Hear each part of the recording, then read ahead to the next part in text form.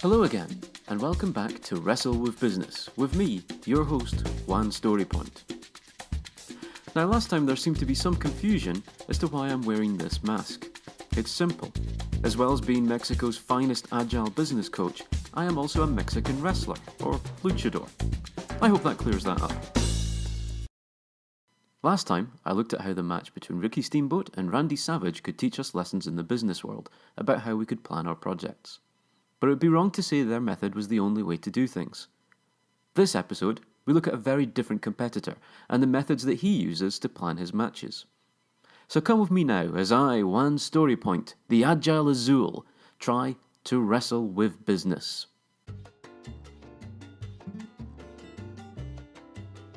This is Brock Lesnar.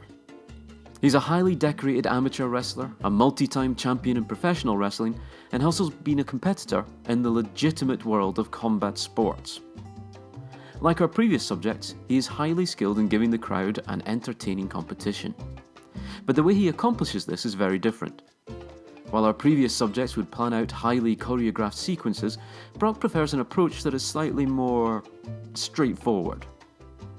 A lot of this comes from the fact that the schedule that Brock keeps is very different to most wrestlers. While most are on the road constantly with the company, Brock makes sporadic appearances. He only appears 5 or 6 times a year for the company, and when he does, he likes to do his job, take his money, and go home. That means there's simply no time to have long planning sessions with his opponent. Now, like all matches, the result has still been predetermined. The competitors still have a goal that they're trying to reach, the victor is known, and the duration of the match will have been discussed. But when the match starts, Brock and his opponent will have had very little discussion on what they will do in the ring. Instead, he prefers to call it in the ring. That is to say that the competitors talk to each other or give signals throughout the match to indicate what will happen next. Matches that follow this style have a very different flavour to them. The competitors act and react to each other as well as reacting to the crowd. This match has an almost feral, wild energy. There are downsides to this though. The people involved can usually only exchange a word or two with each other without being spotted by the audience. They can't pause halfway through the match and have an in-depth conversation about what to do next. This means that unique, innovative sequences in this kind of match are rare. Brock's moves tend to be quick, high impact and relatively simple. He has performed them many times and his opponent is aware of what sort of things to expect and how to react. This smaller inventory of moves means that 1 or 2 words mid-match is all that is required to put on a spectacle. So how do we relate this to the world of business?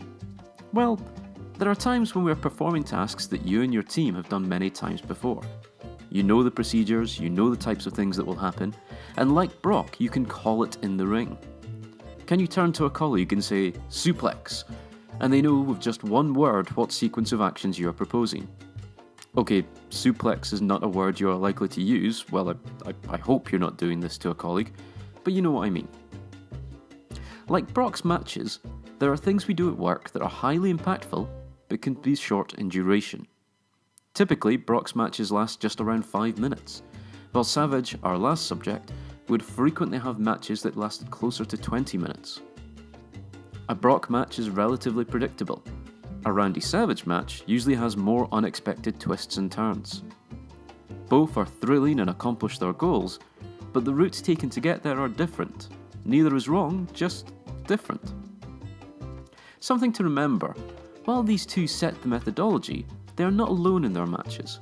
Their opponents have agreed to follow that methodology as well. If one half of the pairing does not agree to work in the way that has been suggested, then the whole thing will fall apart. And how often have you had a discussion in your team about how you will plan your work? Do some members of your team plan like Randy Savage, while others are more reactive like Brock? Does your style of planning match the type of work you are doing? Is there a lot of complexity in what you're trying to do? Are you trying to do something innovative for the first time? Or are you following a playbook that you've executed many times before like Brock Lesnar does? Are you confident enough in the task at hand that you can make minor course corrections as the project flows? For most people, the best path likely sits between the two. You have a goal that you're aiming for, you plan a skeleton that has the major beats that you want to hit, and you adapt to events that happen as you execute the plan. You know when to follow the original plan and when to call it in the ring. Most importantly though, you ensure that everyone involved is on the same page. The participants in a match are never the same. The exact circumstances in any given business or task are never the same. So don't be afraid to adapt how you work to fit the situation. As Jesse the Body Ventura once said, wrestling is ballet with violence. It's only really successful when all the participants are playing to the same music. Agile Azul says, business is wrestling in an office. Until next time, goodbye.